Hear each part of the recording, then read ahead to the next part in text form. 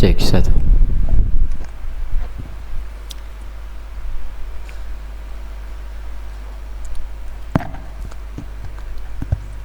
Bismillah.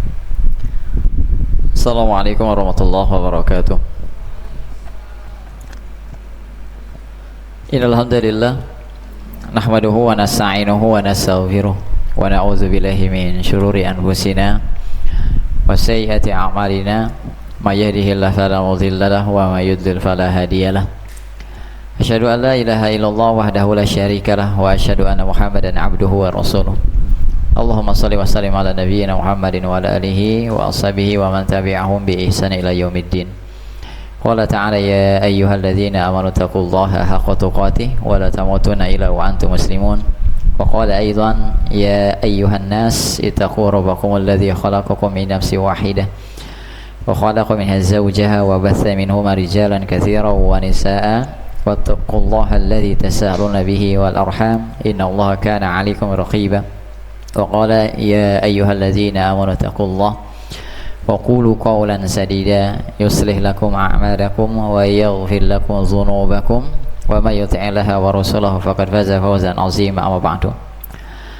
Ikhwatul iman jamaah hadirin rahimani wa rahimakumullah. Alhamdulillah, tentu kita senantiasa bersyukur atas segala kebaikan yang Allah berikan kepada kita semua. Segala aktivitas yang kita lakukan dalam kehidupan ini, dalam urusan dunia, selalu dan tidak lepas dari kebaikan yang Allah limpahkan kepada kita semua. Dari kita tidur sampai kembali tidur, bahkan ketika tidur pun itu adalah nikmat dari Allah Subhanahu wa taala. Allah berikan nikmat tersebut tanpa perhitungan, tidak bisa kita ukur, tidak bisa kita hitung, bahkan gratis. Maka sikap kita yang terbaik adalah bersyukur kepadanya dengan hati kita, dengan lisan kita, dan juga dengan anggota badan kita. Puncaknya dengan ketaatan juga amalan saleh, terutama karunia yang paling berharga yang merupakan sumber keselamatan, kebaikan dan keberkahan dunia akhirat, yaitu berupa iman dan Islam, hidayah, taufiknya, sehingga sampai saat ini alhamdulillah kita masih istiqomah di dalam agama Allah, masih istiqomah dalam ketauhidan, masih istiqomah dalam mutaba'ah, loyalitas, mahabbah, berkuduah kepada teladan yang paling kita cintai, yaitu Nabi Muhammad sallallahu alaihi wasallam. Juga tentunya pada malam hari ini kita tidak henti-hentinya ya bersyukur atas nikmat thalabul ilmi, nikmat tafaqquh fiddin, nikmat mengaji, adalah taqarrub kepada Allah yang paling besar. Afdalut taqarrub ilallah al ilmu. Jadi bentuk mendekatkan diri kepada Allah yang paling afdal adalah dengan wasilah mengaji, thalabul ilmu. Kita sedikit banyak mempelajari agama Allah, mempelajari hukum syariat, serta bermakrifat kepadanya, berakidah kepadanya, mentauhidkannya.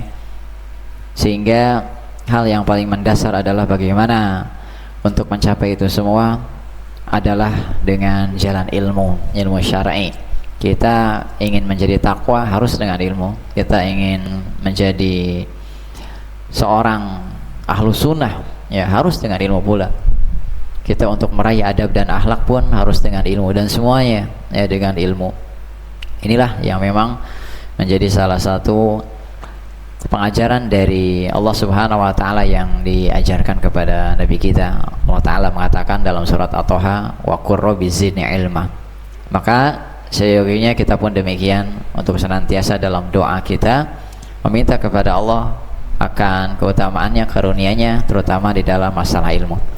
Baik, hadirin yang dirahmati Allah Subhanahu wa taala, insyaallah sampai menjelang waktu Isya kita akan teruskan pembahasan kita terkait masalah akidah, terkait masalah manhaj, juga di dalam masalah pokok-pokok keimanan yang tentunya bagaimana kita bermakrifat kepada Allah, beribadah kepada Allah, mengenal Allah, ya tentu dengan mempelajari akidah dengan benar, mempelajari manhaj agama dengan benar, Tidak lepas dari itu semua adalah bagaimana referensinya yang tepat.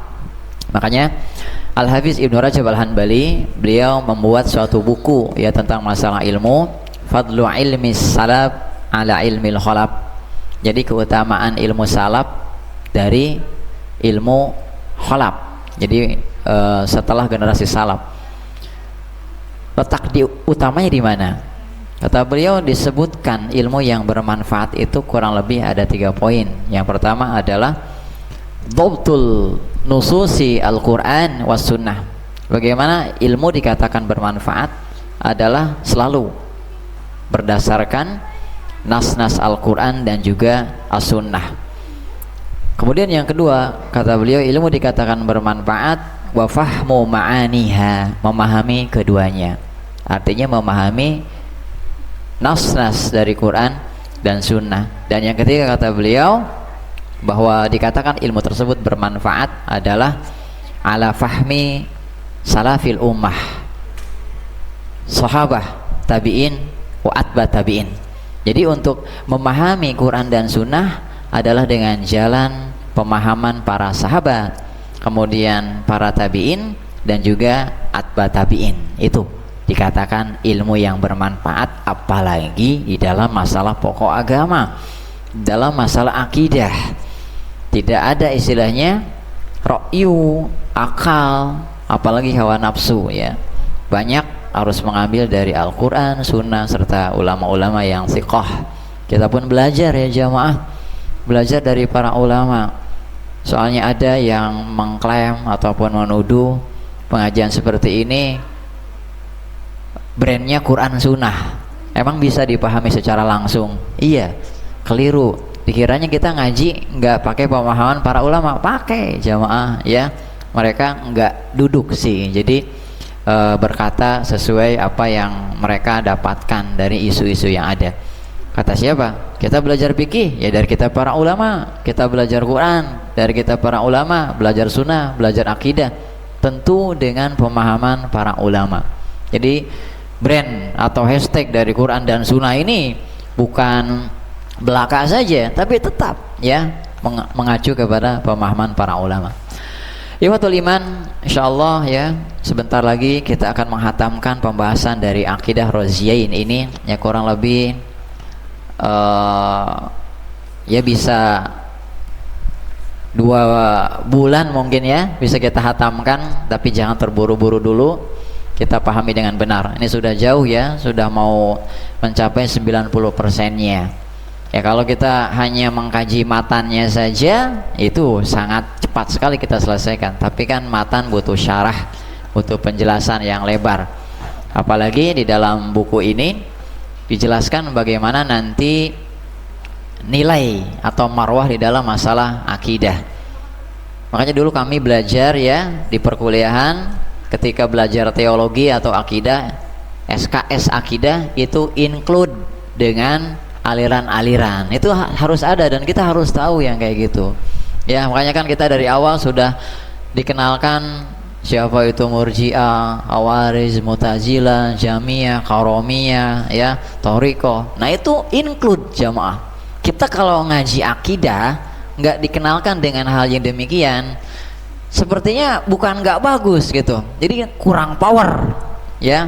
Ketika kita di lapangan mendapatkan kasus, wah ini pemahaman Syiah tuh tahu, wah ini pemahaman Murji'ah nih, ini pemahaman Khawarij. Nah di situ jamaah. Dan kayaknya udah sering ya, makanya kita murojaah dulu nih sebelum berlanjut kepada bab setelahnya ya, yang murojaah nih. Yang murojaahnya nggak pakai tulisan ya, secara lisan saja, satu-satu ya ditanya, gampang-gampang insya Allah. Jangan takut ya, santai aja nih murojaah sampai di mana gitu. Bisa menjawab atau tidak ya.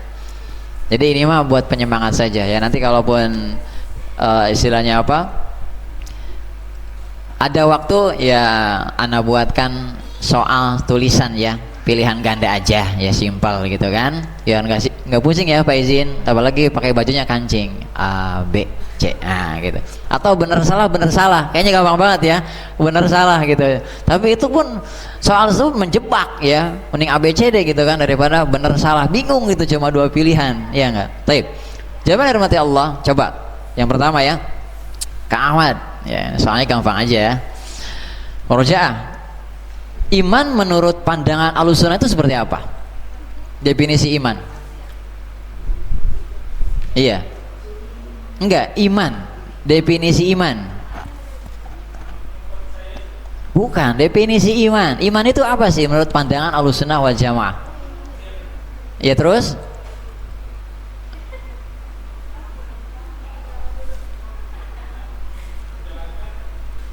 Ya bisa lah, cuma belum tepat. Faizin, apa definisi iman?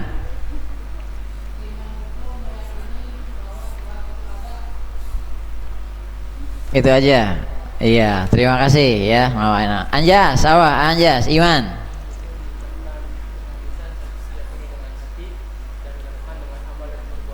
Ya, itu ya. Qaulun wa amalun, itu iman jelas ya, ucapan dan perbuatan. Ucapan dalam hati berupa keyakinan, amalan hati ada. Kemudian dengan lisan ikrarnya, keyakinan terhadap Allah Subhanahu wa taala, dan pengamalan dengan anggota badan. Itu iman jamaah. Definisi dari Ahlussunnah. Bisa ya? Coba ini dipahami dengan benar. Nanti kalau pemahaman ini benar, sehingga bisa menepis dari paham-paham yang berseberangan. Kemudian yang selanjutnya, Sanda, iman itu karakternya bagaimana sih? Karakter iman, karakter dari iman itu seperti apa? Ada dua. Tambah dan berkurang. Nah, yazidu wa yanqus. Naiknya dengan apa? Turunnya? Masya Allah ya, jamil. Kemudian selanjutnya Kak Ahmad, masih Kak Ahmad ya, sampai benar jawabannya, nggak apa-apa, nanti semuanya kena. Iman menurut pandangan Murji'ah. Iya, apa?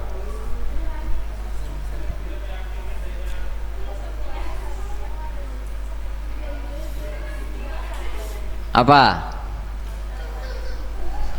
Siksa kubur. Oke. Faizin, menurut pandangan Murji'ah, iman itu apa?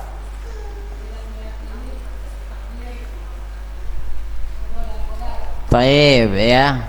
Yang lain, Ahdiansa, Murji'ah memandang iman itu seperti apa?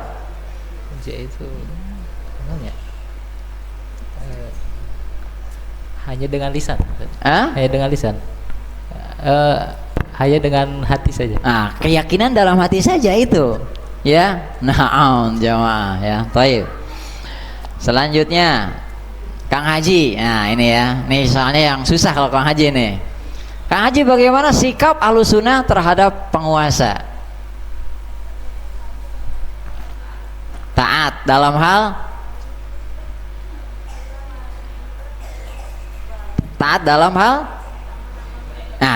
taat dalam kebaikan ya, yang susah kan itu kan, iya. Taat dalam kebaikan, mentaatinya dalam kebaikan.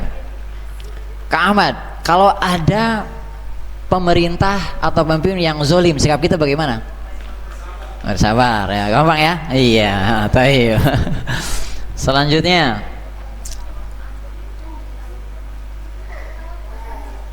ini banyak ya, kalau buat ini apa istilahnya, dalam murojaah itu.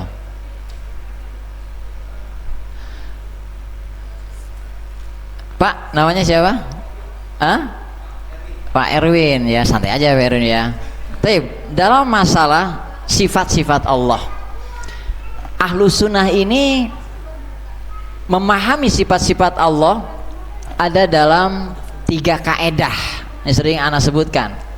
Sebutkan satu aja dulu, nanti apa istilahnya, satunya lagi secara ini. Satu aja, silakan Pak. Dalam masalah sifat-sifat Allah, Kang Ubay. Di pinggir Pak Erwin siapa namanya? Pak Iwan. Apa Pak? Ada 3, satu aja.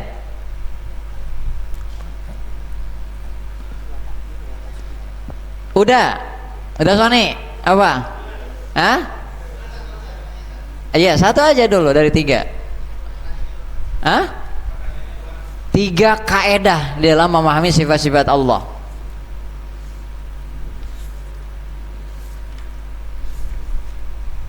Iya, pas ya. Al-ah yang di belakang Kang Haji ya, mungkin bisa menjawab. Iya. Pinggirnya bisa? Pak, mungkin mau bantu jawab? Atau Ustadz? Enggak Ustadz. Ada Ustadz?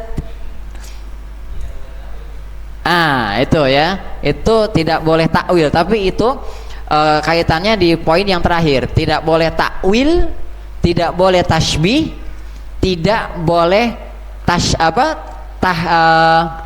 takyif dan taktil.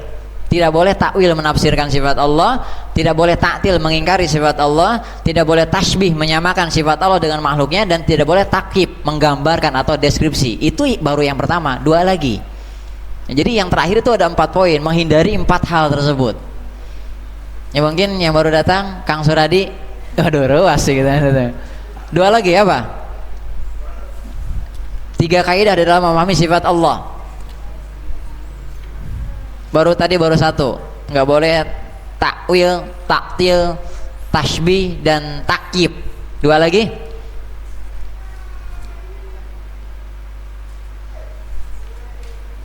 Di pinggirnya siapa namanya? Pas ya. Yang itu siapa? Doni. Pas ya, naam ya.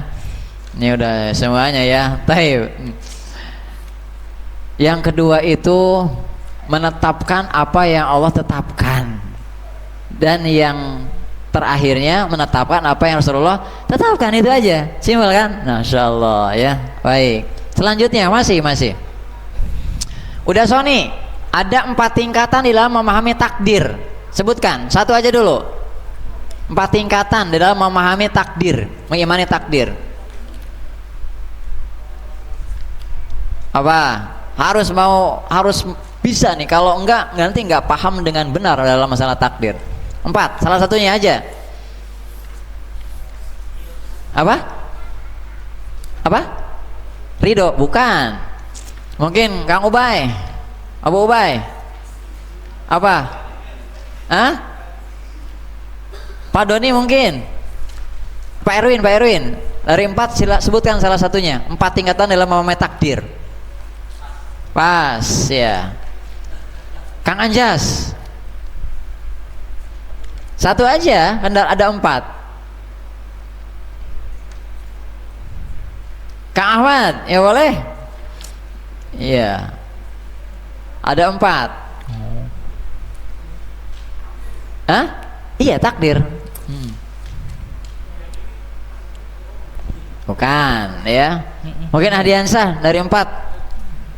Mengilmui ya. Al ilmu ya. 3 lagi ya. Kitabah. 2 lagi, ilmu Allah, catatan Allah.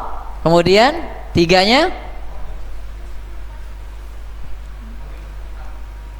al khalqu, penciptaan. 1 lagi irodah atau masyiah ya. Nah itu terakhir ya. Udah semua ya. Iya. Coba udah Sony. Iya. Ada 2 golongan yang blunder di dalam masalah takdir. Apa saja? Itu turunannya 2, yaitu Mu'tazilah itu umumnya turunannya. Qadariyah ya. 1 lagi? Ya, mungkin Kang Ubay 1 lagi apa? Saya Qadariyah benar. 1 lagi? Lupa. Kang Ahmad? Bukan ya. Mas Doni, Kang Doni 1 lagi. Qadariyah 1 lagi. Pas.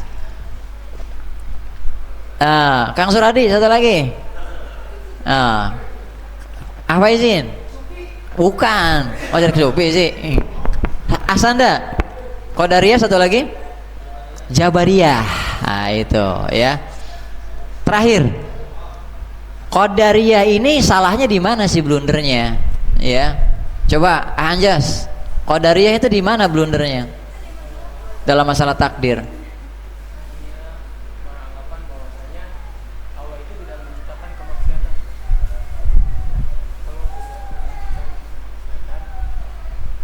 Kurang tepat. Aryansa.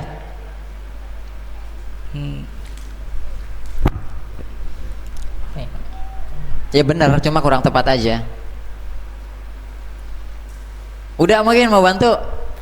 Qadariyah, di mana blundernya? Nah ini Murojaah ya, kita udah jauh nih ya, refresh dulu, nggak apa-apa. Berarti kalau kayak gini nanti di pertemuan selanjutnya Anda coba buat soal ya. Nah iya santai, kalau tulisan kan nggak kayak gini gitu kan. Iya. Kak Ahmad, Qadariyah salahnya di mana?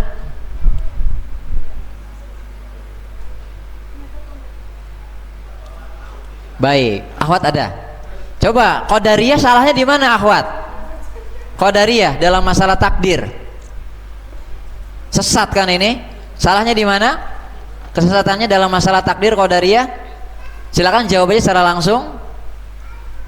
Dengaran nggak kalau ngomong? Enggak. Oh, ada sikber, silakan langsung aja. Qadariyah, di mana kesesatannya dalam masalah takdir?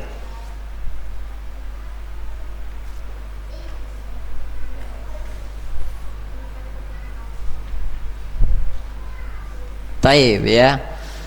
Ya, Qadariyah ini jamaah mereka beranggapan, berkeyakinan Allah tidak andil dalam perbuatan manusia.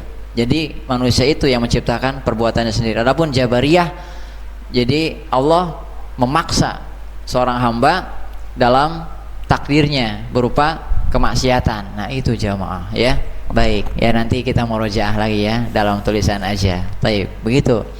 Jadi ilmu yang kita dapatkan baik secara tulisan ataupun secara audio hendaklah kita jaga ya, kita ingat itu jamaah.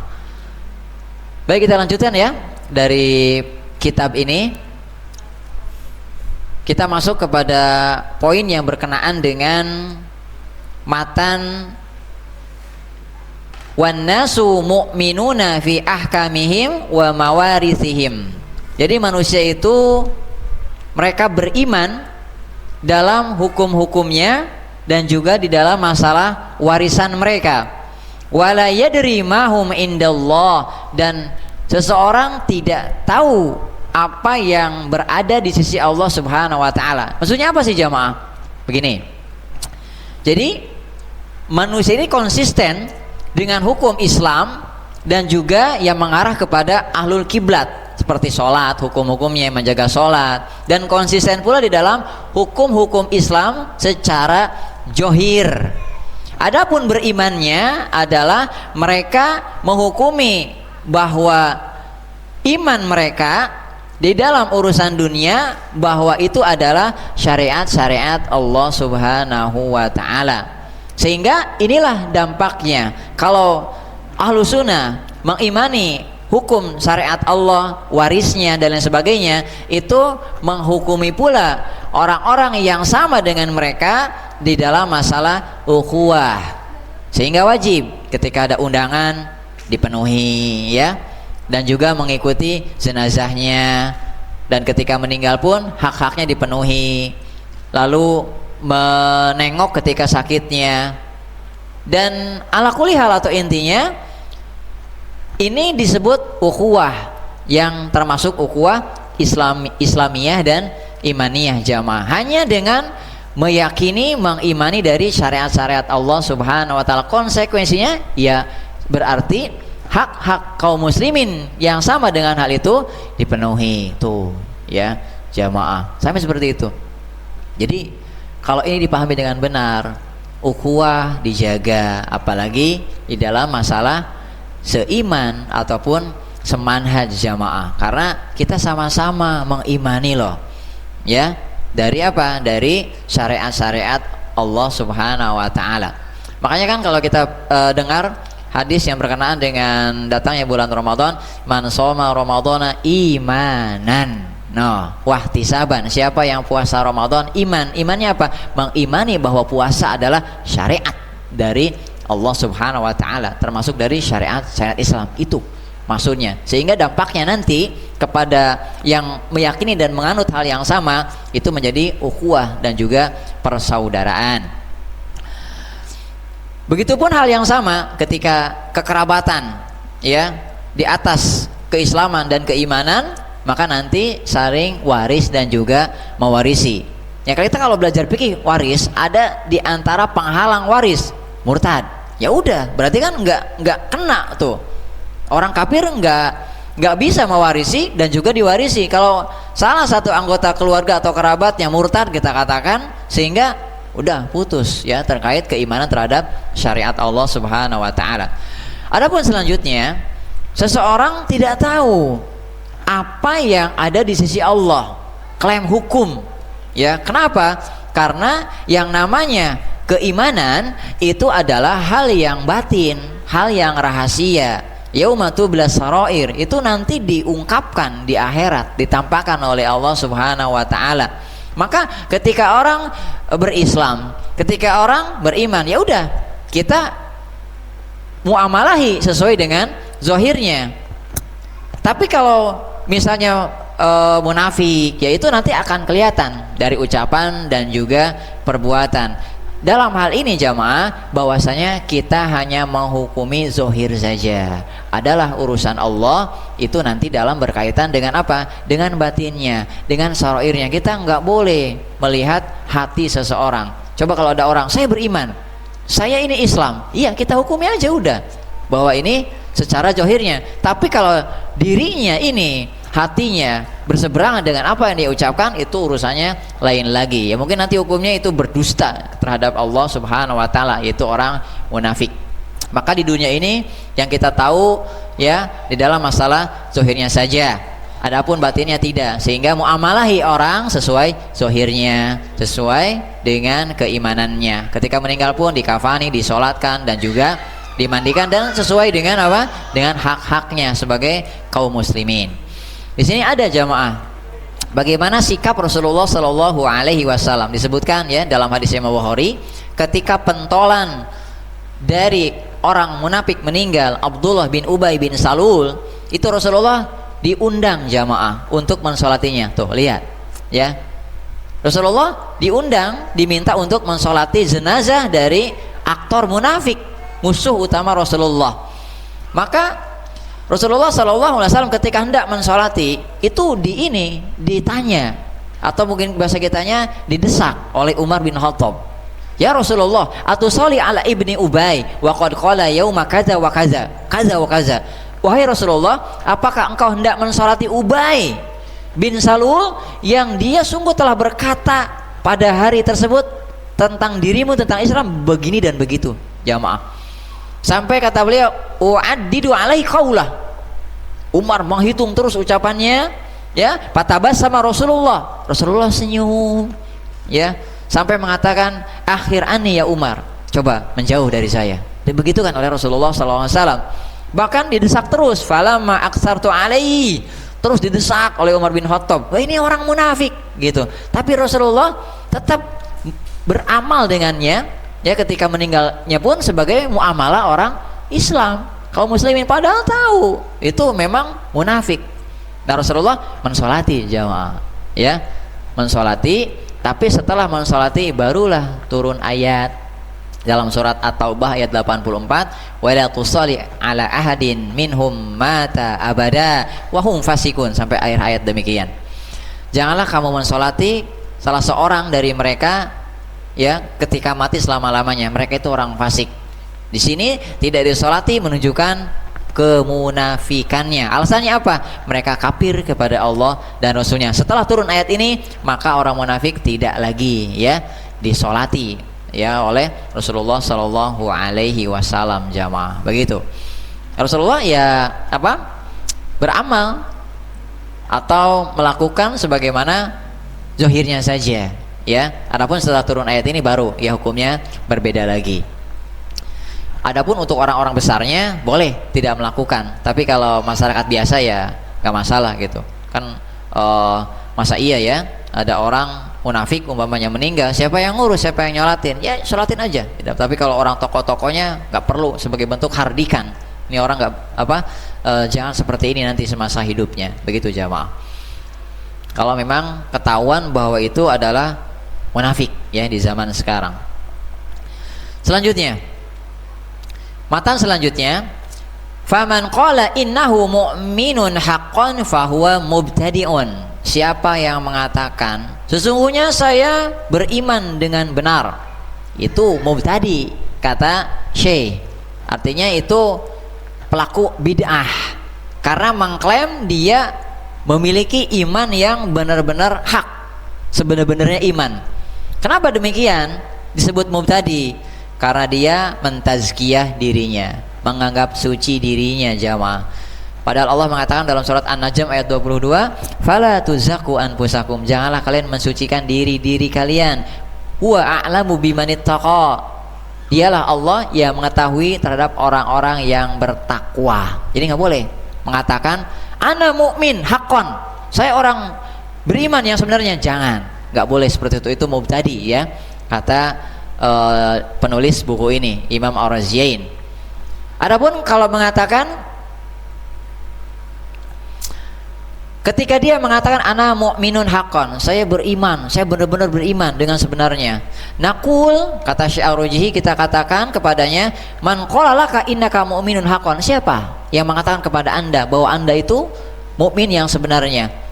Apakah Anda mensucikan diri Anda? Apakah Anda menegakkan sholat sebagaimana yang Allah perintahkan kepada Anda? Apakah Anda menunaikan zakat sebagaimana yang Allah perintahkan? Apakah iman Anda naik, ya, ketika membaca Quran? Dan banyak, ya, pertanyaan seperti itu. Maka perkataan seperti ini harus dihindari, karena perkataan tanpa ilmu. Seperti halnya dia mengklaim sudah mendapatkan jaminan masuk surga. Nah, itu nggak boleh, ya, jamaah. Adapun bolehnya itu apa? Di poin yang terakhir. Wa man qala, dan siapa yang mengatakan huwa mu'minun indallah. Lihat perbedaannya. Dia beriman di sisi Allah. Fahuwa minal kadzibin. Ini pun adalah termasuk orang-orang yang dusta. Saya beriman di sisi Allah. Wa man qala inni mu'minun billah fahuwa musayib. Adapun orang yang mengatakan saya beriman terhadap Allah, maka ini benar, jamaah. Jadi bedanya, yang pertama itu ada hakonnya, jadi mengklaim kebenaran dari iman dia. Adapun yang kedua, yang setelahnya, dia mengaku beriman di sisi Allah. Maksudnya apa? Disebut orang-orang yang berdusta, karena dia nggak tahu apakah benar imannya ataukah diterima oleh Allah amalannya, ya. Sehingga statement demikian itu adalah bagian dari dusta. Adapun kalau orang mengatakan saya beriman kepada Allah dan Rasulnya, maka ini benar, jamaah, ya. Tapi kalau saya benar-benar beriman, ya, secara hak, ini dalam lafaz bahasa Arab saja sih. Nah, ini nggak boleh mubtadi, karena mentazkiyah atau menganggap dirinya suci. Jadi kita katakan saya beriman, ya, kepada Allah dan juga Rasulnya. Kalau pakai insya Allah boleh nggak? Saya insya Allah beriman kepada Allah dan Rasulnya. Boleh nggak kayak gitu? Insya Allah gitu, boleh nggak?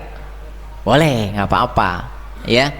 Itu perkataan demikian adalah perkataan yang harapan, mudah-mudahan artinya, ya, saya beriman kepada Allah, saya berada dalam mudah-mudahan apa, insya Allah saya berada dalam akidah Ahlussunnah wal Jamaah. Kalau mengucapkan demikian, insya Allah tidak mengapa, jamaah, dengan lafaz insya Allah. Dan para ulama pun berfatwa boleh, ya, karena demikian, asal jangan ambigu saja. Apakah beriman kepada Allah? Ya, bisa iya, bisa enggak. Nah, kayak gitu kan ini riskan. Apakah beriman kepada hari akhir? Kemudian jawabannya ambigu, maka ini tidak boleh, jamaah. Jadi klaim iman itu, ya, seperti suatu harapan dengan pengucapan saya beriman kepada Allah insya Allah, ya, ataupun saya beriman kepada Allah. Udah, itu aja. Karena untuk kita terhindar dari sikap-sikap yang nantinya mengklaim diri ini memang sudah mendapatkan jaminan kebaikan, ya, dari Rasulnya, ataupun memang sudah mendapatkan stempel, gitu istilahnya, dari perkataan seperti itu. Ini hanya lafaz bahasa Arab saja sih, jamaah, ya, lafaz bahasa Arab. Cuma ya kita katakan jangan sampai kita mengklaim beriman ini apa dengan sesuatu yang pasti. Ya, sama halnya, coba saya tanya sama Kang Ahmad, Kang Ahmad, antum orang bertakwa? Tuh, insya Allah kan? Iya, benar jawabannya.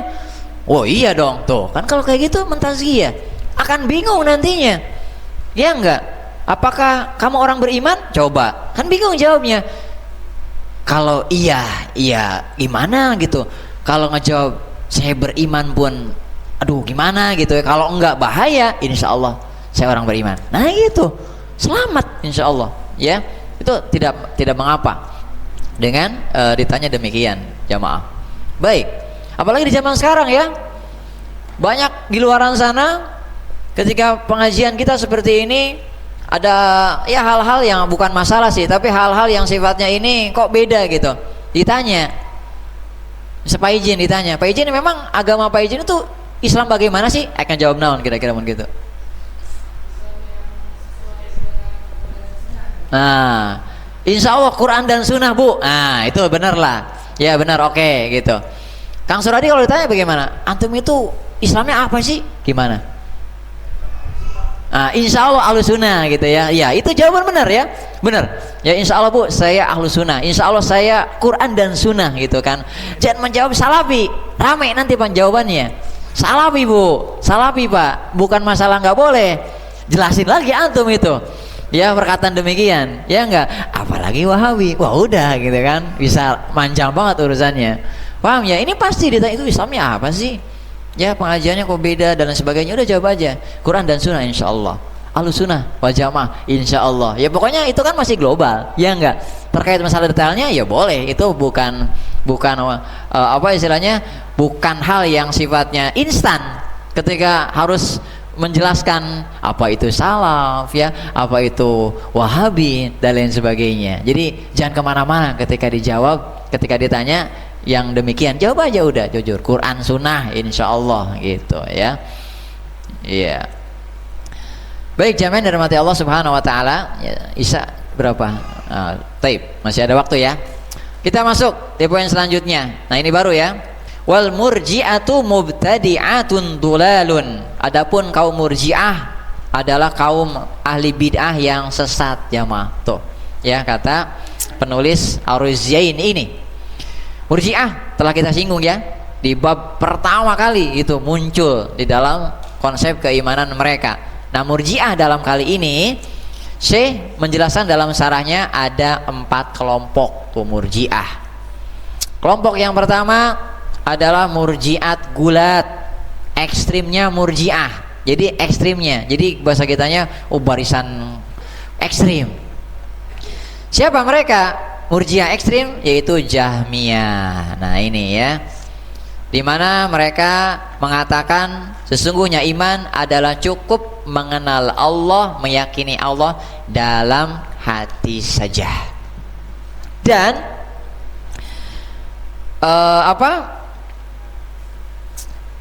kekufuran menurut mereka ketika tidak tahu atau tidak meyakini Allah saja, udah cukup. Adapun perbuatan-perbuatan dalam anggota badan yang menjerumus kepada kemusyrikan atau kekufuran bagi mereka nggak ngepek, karena keimanan menurut mereka cukup parameternya keyakinan dalam hati akan Allah Subhanahu Wa Taala. Adapun ucapan dalam lisan, amalan dalam perbuatan dan lain sebagainya, dan statement ucapan hati, amalan hati itu bagi mereka bukan termasuk keimanan. Itu ya kelompok yang kedua. Ini pun dikatakan ya murjiah Jahmiyah boleh. Jadi murjiah ekstrimnya atau murjiah Jahmiyah jamaah sama saja, atau murjiah mahdhah. Tulennya murjiah itu Jahmiyah, dan Jahmiyah ini jamaah dihukumi kufur oleh 500 ulama. Coba ya gitu, karena akidahnya benar-benar brutal jamaah. Dan ulama menjelaskan kelompok ekstrim murjiah ini sudah punah ya, sudah tidak ada lagi. Kemudian kelompok yang kedua dari murjiah karomiyah, mudah ya mengingatnya, karomiyah. Ini kita belajar dari arahan Rasulullah. Kan Nabi kita mengatakan sataftariku ummati ala salasin wa sab'ina firqatan. Nanti umatku kata Nabi akan pecah 73 golongan. Nah, ini termasuk dalam 73 tersebut. Ada murji'ah, karomiyah, jahmiyah, jamaah mu'tazilah, khawarij, itu masuk dalam 73. Kita wajib loh, kita harus ta'aruf, kita kenal dengan satu golongan tersebut. Nah, kita kan ingin selamat. Ahlussunnah itu seperti apa? Firqah Najiyah kayak gimana? Ta'aruf, kenali, ma'rifati itu. Karakternya seperti apa? Penting bagi kita. Ngaji, memahami kelompok tersebut. Jadi bukan nantinya diklaim sok sunnah, mentang-mentang beranggapan kelompok dia yang paling selamat. Itu keliru yang ngomong kayak gitu jamaah. Mereka nggak duduk ngaji sih. Coba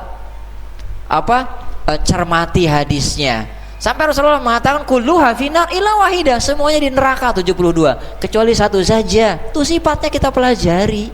Kayak gimana sih?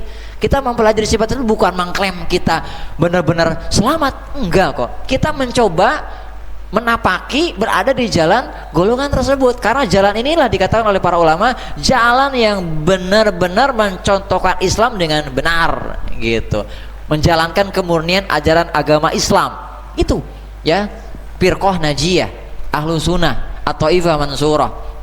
Adapun Karomiyah, mereka mengatakan bahwa iman itu cukup di lisan saja, adapun hati mendustakan. Ini baru orang munafik jamaah, nauzubillah ya. Karomiyah tuh seperti tarekat ya. Tarekat ini nama umumnya, cabangnya banyak ya, seperti tadi Sufi gitu kan, ataupun Karomiyah. Kemudian Taifah As-Salisah, kelompok yang ketiga, Maturidiyah wal Asy'ariyah. Nah ini ya, kita ngaji harus paham, apalagi banyak. Maturidiyah, Asy'ariyah atau Asy'ari, mereka pun mengklaim bahwa iman ini dengan hati saja, pengakuan dalam hati saja jamaah. Adapun amalan dan juga di lisan itu bagi mereka rukun tambahan yang diharuskan. Jadi bukan masuk dalam konsep keimanan, bukan. Ya ini pun sama, ya mirip-mirip dengan Jahmiyah, tapi dihukuminya tidak seperti Jahmiyah karena mereka masih menganggap ya tuntutan dari amalan untuk keimanan tersebut. Adapun kelompok yang keempat, Murji'atul Fuqaha ini ya. Jadi Murji'ah Fuqaha, pokok mereka dalam masalah iman membenarkan dalam hati saja dan ikrar berada di lisan, pengakuan berada di lisan. Murji'ah Fuqaha, tapi amalan itu adalah kewajiban bagi mereka, tidak masuk dalam konteks iman. Dan kelompok yang keempat ini datang dari para Ahlussunnah, banyak, cuma menyelisihi jumhur Ahlussunnah dan menyelisihi nas-nas Quran dan Sunnah yang berkaitan dengan penamaan iman. Bagi mereka satu aja sih, jadi amalan itu kewajiban saja, bukan iman. Tetap keliru jamaah. Makanya prinsip kita dalam masalah iman, qaulun wa amalun, udah, ucapan dan amalan, mencakup hati dan juga anggota badan. Inilah yang diusung oleh Ahlussunnah wal Jamaah ya, Ahlussunnah wal Jamaah demikian. Mudah-mudahan kita pun berada di dalam konsep seperti itu. Kalau konsepnya dipahami dengan benar, sehingga iman itu qaulun wa amalun, kita melakukan suatu ibadah bentuknya apapun itu, baik ibadah hati atau ibadah anggota badan, demi menguatkan atau mengkualitaskan iman kita, karena iman itu pasti terpengaruh dengan amalan-amalan, wajibnya, keharamannya, ketaatannya dan lain sebagainya jamaah. Mudah-mudahan kita terhindar dari kelompok-kelompok yang berseberangan dengan akidah yang benar, berseberangan dengan konsep pemahaman iman ya, dan kita berjuang untuk memahami dari kelompok yang dijamin oleh Rasulullah berupa kelompok yang satu yang selamat dari azab neraka, yaitu Ahlussunnah wal Jamaah. Kita pelajari karakternya, kita amalkan apa yang menjadi poin-poin atau inti akidah Ahlussunnah wal Jamaah. Wallahu taala. Baik, mungkin ada waktu kurang lebih 2 atau 3 menit lagi. Ada pertanyaan, silakan ya untuk menambah wawasan dari pembahasan. Mudah-mudahan ada jawabannya. Kalaupun tidak ya wallahu taala alam. Kalau ada silakan jamaah. Ya, wallahu taala. Tapi jamaah ya sudah, kayaknya udahlah ya, udah isya nih. Insyaallah nanti lagi ya. Atau nanti udah isya ya. Baik.